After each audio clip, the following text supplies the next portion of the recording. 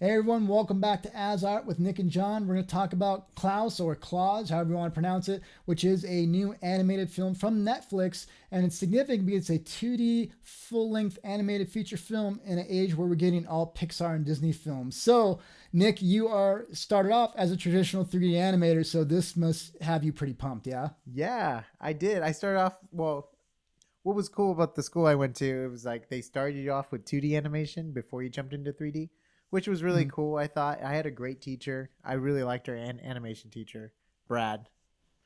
He's Yeah, awesome. I yeah, yeah. really like that guy. I really liked him. And I thought he did such a good job because he loved animation so much where he made sure 2D animation was where we got started kind of thing. You know what I mean? Like he Mm-mm. really made sure. And then we jumped into 3D. But oh my gosh, there's just something about hand-drawn animation that brings a whole new level of life. And it's Yeah. so interesting too because like a lot of the 3D stuff now, they're trying to do as 2D or they're trying to Mhm. stylize it in some kind of Yeah. way.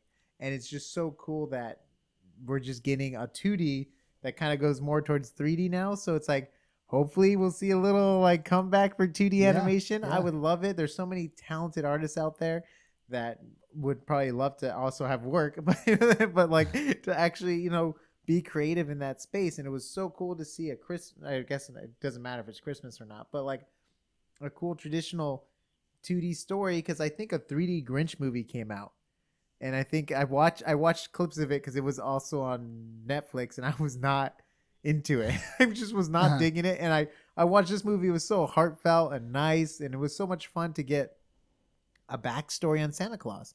Like we Hmm. we Hmm. have so many different theories, and it's all over the place. So it was so cool to see it in the stylized, so beautiful with the backgrounds and oh my gosh, there's just so many beautiful moments in the coloring. I was like, Allie, look at come Allie, like every shot she was I'm like, Allie, come back, Allie, come back, like look how beautiful this is. Like it's incredible like how beautiful everything was with the design and all that. So I was really excited about this film. Well, one, I had seen the advertisement for it, but I actually honestly wasn't going to watch it because I haven't watched as many animated films, even Pixar, Disney, whatever. I haven't watched as many animated films in recent years. I don't know why, but Nick said, "Hey, John, have you checked out this newest movie?" And no, I had heard about it. He goes, "It's really good. Watch it." And my favorite, and again, maybe age plays a little bit of a part of this, but my favorite animated films are the 2D animated films. And when they started getting phased out in favor of Pixar and 3D films, I was really sad because I felt like we were just starting to come to a new golden age of 2D animated films. We had ones like Aladdin and Lion King, which I feel are amazing accomplishments in storytelling. Beauty and the Beast as well. There's a great Mm-hmm. documentary on Disney Plus about those films and the turmoil that was going on during that period of time. Mm-hmm. But obviously, giving credit to 3D, Pixar did some amazing things with Toy Story, and then we got DreamWorks and things like that. So we got a lot of really really cool stuff, but those disappeared, and then they tried to bring it back. What was it, Princess and the Frog, right? Where they tried to bring it back, Yeah, or I think what killed it was Treasure Planet for Disney. Treasure Planet. Beautiful film So, though. One of my all-time favorite oh like really? I haven't seen it. stylized films from Disney. It's like it's Mm, like it's it's Treasure Island but as a planet thing, and it's this mm, whole like space odyssey, beautiful 3D and 2D balance. Like the one of the mm. guys has a 3D leg but everything else is 2D animated. It's like perfect balance and harmony. Like beautiful, but it tanked in the box office, and that's they were Mm. just like, ooh, and it's like kind of like what happened with the 2D stuff. Oh, Princess and the Frog was 2D, Yeah, that's and what I that say. was Yeah. that was So, well, beautiful. that tanked 2D, the one that you were just talking about, I Yeah, think, or it was what was the other one where they were going search? What's the gold city? They were like El Dorado, right? El but Dorado that didn't that do was well. DreamWorks. Yes, but I mean, but 2D was kind of falling Yeah. off. So 2D Oh, kind of fell off. Emperor's New Groove. Cause so Was uh that so after? so that was El Dorado was DreamWorks Emperor's New Groove. They came out at the same time. It Oh, was they it was like did. it was like Okay, the okay, competition. interesting. Oh, that would be a fun video. Disney Yeah, versus the DreamWorks. that would be kind of fun. That would be kind of fun. So, Princess and the Frog was an attempt to bring back 2D. They brought back all the old veterans and they said, hey, we're going to do another movie. We're going to try and resurge this. And kind of what happened is Disney, and I haven't seen it, but from what I've read, which I'm part of the problem that 2D went away. I didn't watch the movie, darn it. But they were basically saying that, yeah, Disney, actually, this is the director and the writer of Klaus or Claus. Mm-hmm. He was saying, yeah, when Disney tried to bring back 2D, they kind of relied on nostalgia, like, hey, remember this type of storytelling? Whereas when he was doing this film, so you can look back at 2010 or it was 2000, he did an animation test for this, trying to shop it and sell it, and you can see it online, and it has the heart and style. It's not quite as technologically as polished as what you see finally, but it's 100% that story. Like the main character looks the exact same. And I guess it made waves back then, and people started kind of getting interested in it. But he went to all the major players, to Disney, to all the major studios, and they said, it's too risky making a 2D film. Like we like the idea, we like the style, but we're not willing to take a chance on this. And then he ended up at Netflix. And then now we have that movie that's getting released. So that's the great thing about this is movie studios, so much money, they have to kind of play it safe. You know, you get the kind of regurgitation storylines with sequels and Star Wars, you're kind of seeing the same things, but you can understand why they do it. They have investors that want to make their money back. Yeah. Whereas Netflix is a big kind of empire in the online streaming world, but they're willing to take chances. So I'm really glad this movie got made. And again, this is the first 2D feature-length film in the Western world that you've seen in a long time. You get a lot of them in Japan and other parts of the world. 2D animation in Japan is rocking right now. Like there's so many shows and movies, and it's done. It's done. Like there's some shows that are really beautiful and stuff, but other ones you can tell it's just kind of like they'll do like key poses, and that's like animation for them, you know. and not everything has to be gold standard quality, but it's nice to see it come back, because this is done. The goal they said was to say you could take any frame and you could put this into a storybook and it would look like a finished painting, and it really does. It really looks that nice. And along the way, is it okay if I talk about the technology a little bit? Yeah, go for it. So along the way for this movie, so he was one of the original directors on Despicable Me. He's worked on 3D films. He's worked on 2D films. And he said he's not anti-3D, not all pro 2D. He said he looks at a story that he writes or he has an idea for. Does it work better in a 2D medium or 3D medium? And he looked at this story and he said, for the classic story of Santa Claus and an origin story, I feel like 2D works better. So that's why they did with that. He was inspired by Batman Begins.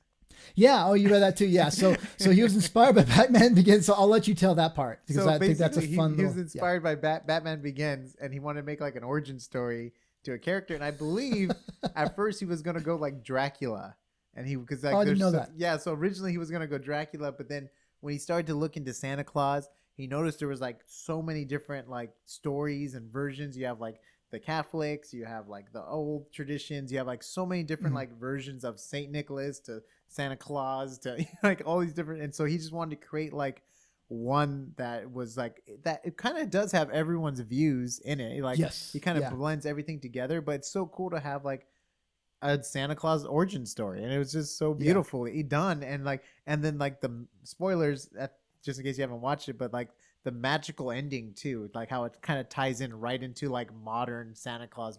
I guess it wasn't too spoilery, but like it ties in perfectly to, it can work as a backstory for all films up to that point. You know what I mean? Like obviously like there's groundworks for other kind of myths and stuff, but like it kind of goes into like why Santa is like ageless and stuff. Yeah. One of the things he likes to do is he likes to take mythical, magical things, and he wanted to kind of do a little bit different this time. He said he likes the irony in how, or I'm not sure if irony was the exact word he used, but he was saying, I like how you can take something that gets interpreted now as magical, but it has some type of grounded reality. So like the reindeer flying in the sky was actually an accident, in the movie it was an accident when they went off this cliff and some kid happened to see the flying reindeer. So he liked that, where you can view it from a kind of humorous or ironic viewpoint.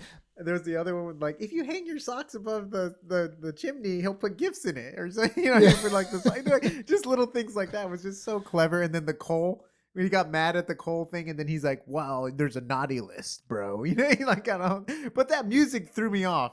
It was like, it was like a rap song after. I'm like, whoa, that kind of threw me off. The rap song, that felt a little bit up, but it was short though. It wasn't like a montage. It was quick. Yeah. But so the technology that they did for this film, so he goes, I didn't want to just do the same 2D stuff. In fact, they show frames before and after. They did it in their original style, and then they did it with their in-house technologies. And they said, we wanted to get rid of some of the limitations to not only speed up the process, to make it look better. And so they did something for volumetric light and for shading and highlights and things like that. And I really wanted to look up kind of technology demos on it, but this is mostly right now in-house. His studio that he has, which is his name, I think, his name and then studios, they developed it and it's proprietary. It's not for public, which is kind of cool. They took the time to do this. They want to use it some more. And so I really like that. So, but basically it lets you get a lot more storybook finished feel. So even if you watch great movies like Lion King or Aladdin, the character's skin doesn't have the shading that you get when the light is falling on my skin. It's just kind of flat. They developed some technology that can aid in doing that a little bit more automated. That's not to say that they didn't do a lot of things by hand. So for instance, there's a shot in the movie where there's some icicles falling. They said, yeah, we drew that in the traditional fashion and it just missed a little bit. So frame by frame, the artist went in and painted the shading on it to make it look more dimensional. So this technology isn't an automatic bullet that takes all kinds of work out of it, but they were able to do more detailed stuff in a shorter amount of time. And a lot of people say, oh, it's a 2D movie. It's still a hybrid. There's certain shots where I'm like, there's no way that's not 3D. But then I wanted to double check and make sure they have a lot of 3D in this movie, but they wanted it to all have a 2D style. So it's not a 2D only movie. I believe the characters were mostly 2D though. The characters. I think so. There's a few shots where I looked at Santa Claus or Klaus when he was making certain turns. I'm like, I feel like, when his body was moving a little bit, it looked like kind of a shaded thing, but. And I don't know for sure, but that's the whole point. It's like, even if they're using 3D, it still passes as a totally 2D effect. It kind of reminds me of what the Simpsons movie did a little bit, where they had 3D in a few spots. And you did it on Futurama as well, right? When you were working on Futurama. When I worked on Futurama, a lot of the objects were 3D. Like anytime you saw a building or you saw like the Planet Express ship, that was all 3D. Models that were rendered to look flat in 2D and stuff like that. But totally to fit into the scenery to look 2D. We did like simple shell shadings with just like one shadow pass, one highlight pass. I mean, it obviously looked more 3D than the characters did, at times, but the buildings really fit into the world well too and stuff. We would do a lot of renders of just outside of buildings and stuff like that. And then Bender once in a while was used, because he's a robot, was used in 3D depending on what the action scenes called for and stuff. But it's mostly because it was just more efficient to do certain things. If you want the angles to change perspective, to have them as 3D models and make them marry them in there as 2D looking objects, right? Cars or ships or hard objects too, because they're not going to be moving that much anyways with the line drawings. And it's probably easier just to render out the line drawing than to have to redraw it each time, like hard shaped lines and stuff like that. So some really cool technology. They did introduce this to kind of take the 2D animated part further. It still has 3D, but overall, I think the biggest thing from this is we got a full-length Western 2D animated film done at the highest quality level, and that's the biggest takeaway from this. We needed that. Like, I've been watching Studio give me these stuff over and over again because I just love it, and I love the 2D, and I love like the weight. 2D has such a good weight too, like because by drawing the line too and stuff like that. Don't get me wrong, 3D is getting better with the weight and like showing like they put the muscles and the rigs and all that stuff and dynamics and all that. But like there's something about a 2D line when you animate like or clothes, you can really exaggerate, like the secondary animation and stuff too. You can really have a lot of fun with it.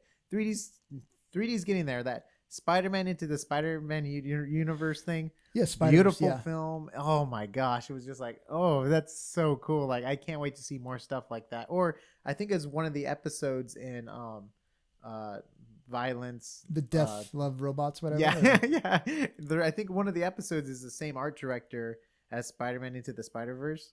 And you can kind of get that cool. It has that look too. Yeah. It's just so beautiful. Like, I mean, 3D is obviously so cool because it's evolving and you're able to do more stuff to make it look 2D. Yeah. But like the perfect balance, like everything, as long as you have a perfect balance of 2D and 3D, like it's fantastic. Just like when it comes to film, you're better off having a balance of practical and visual effects. And I think you'll get the best result that way. I mean, you don't have to be a purist every time going in one direction. It's fine to do both. I know most animators at DreamWorks and stuff, they do their sketches in 2D first. They'll do a rough of what they're. I know when I was at DreamWorks on their animation program, they were able to actually draw on top of their things to actually do the keyframes as drawings first to kind of get the weight, and then they would go in and do the main poses and stuff. But they had the ability to actually draw the characters because it's just like something. It's just like it's so quick to draw poses and stuff compared to having to pose the 3D character in there. You know, it's just like there's something about 2D that's just so natural and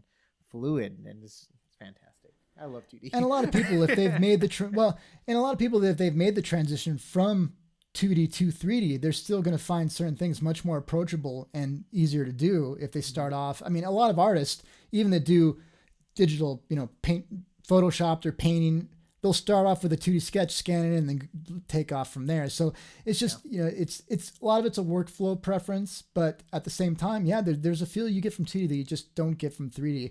And a lot of the kind of perceived limitations of 3D, like you said, like Into the Spider-Verse, it's not like they broke new technologies. They decided to make it look different than what we're used to getting. And I think the success of something like In the Spider-Verse is going to allow other people to let go of their preconceived notions of what you have to do to have a successful 3D movie. It's true. But now we're getting the same thing with 2D. So Klaus was done in about 2.5 years, which is pretty fast for a 2D movie. Yeah. So you're looking at 4 technology. Years, right? So that technology bump maybe helped them get to a finished state more quickly. And I think that was initially the big problem with 2D movies versus 3D is that they felt like they were able to get 3D done more quickly. So hopefully this company will show that, hey, you can get high quality results with 2D. I don't know how it's doing on Netflix, but hopefully it's being well received. I think it is. And we'll get more 2D movies in the future. And in the 3D realm, we'll see more crossover, 2D, 3D hybrids, but we'll get different styles within the 3D realm as well. I'm just super excited. Okay. Like I can't wait to see what comes out next from the studio. Yeah, me too. Whether it's Netflix or that particular studio, or hopefully major studios taking another stab at 2D using technologies and figuring out. Again, seeing the technology the they Lego have there. movie was cool too. They played with the Lego world, like how they actually would build each brick in 3D. So like there's so much cool stuff that you can do in any platform, and I'm just super excited. We're living in such a good age. Yeah, it's an exciting time of 3D, 2D, and it's so cool because like Toy Story and stuff, like maybe 2D is going to be faster to produce now because the quality level for renders keep going up for 3D, right? So even though they may have a good quality now, a new system's going to come out that's going to obviously take them the same amount of time as it does, like hours and hours per frame. But they want that high realistic quality with the the specular and all those different layers and stuff like that you get in 3D. And it's maybe 2D is now is like, hey, look here's a great way to get a good final product that's stylized, and it takes half the time because of the renders and stuff like that. So yeah, for sure. If you can get a good quality result without having to do it in 3D, that's usually what they do, 2.5D or a cheat. So hopefully we'll see a lot more of this. That also did screen in theaters just for a very brief time before it streamed on Netflix. So I think that's so it could be available and eligible for Academy Awards as well. So hopefully we'll see that get nominated. I know that would have been a fun one to see in theaters. I saw it in theaters. Dang it. That was good. But that being said, awesome film that is streaming on Netflix exclusively. So go ahead and check that out, you guys. It's Klaus. Really good. Really fun. Hopefully we'll see more like that. Thank you very much for watching. As always, if you want to check out more of our content, head over to asart.space for audio and video based episodes. And we'll see you on the next AsArt.